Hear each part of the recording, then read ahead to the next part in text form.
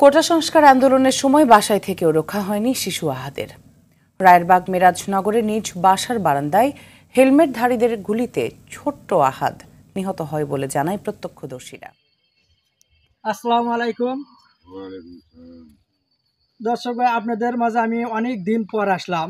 হয়তো আপনারা ভাবছেন যে ভাইটা মনে হয় আর নাই আর আসবে না ভিডিও। আসলে ব্যস্তর মধ্যে এই জন্য আসতে পারি না। জাকার ভাই অনেকবার বলে, তা আসারই আর কি আছে। জাকার ভাই বলছি যে আসার কি আছে, এগুলো তো সব সত্য দেখাই যাচ্ছে। এই যে আমি এর আগে ভিডিওটা করছি এই জায়গায় এই গাছই এর আগেও ভিডিও করছি। দেখেন এই গাছগুলো দেখেন সেম। এই যে 6টা গাছ আছে, এই 6টা গাছে এর আগে ভিডিও করছি, তখন ছিল এই যে ফুল আসছিল তখন। এখন দেখেন সুগরি হয়েছে, আরো ফুল আছে, আমার পাশ সুগরি আছে পাকা। দেখেন আর কি ভিডিও করা লাগে। দেখেন হয়তো ভাই আপনারা বিশ্বাস করেন না। দেখেন এর আগে তো আমি কাঁচা সুগরি দিয়েছিলাম, ফুলালা সুগরি দিয়েছিলাম, এই গাছে ফুল আসছিল।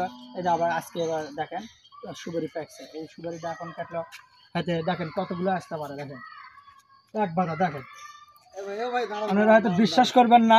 দেখেন আসেন, এটা আমার খুব ভালো লাগে। আপনার আশা বা কথাবার্তা ভালো লাগে অবশ্যই আমাকে।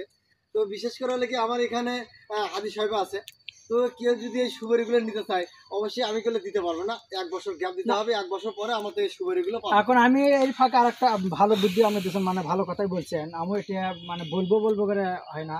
আচ্ছা ধরেন এখন যদি আমি হয়তো দর্শক বলতে চাই যে সুপারি নিয়ে আমি সুপারি নিজেই রোপণ করবো, এই সুপারি থেকে ওই বীজটা হবে না? হ্যাঁ, তা তো অবশ্যই হবে, কিন্তু জার্মিনেশন একটু কম হবে।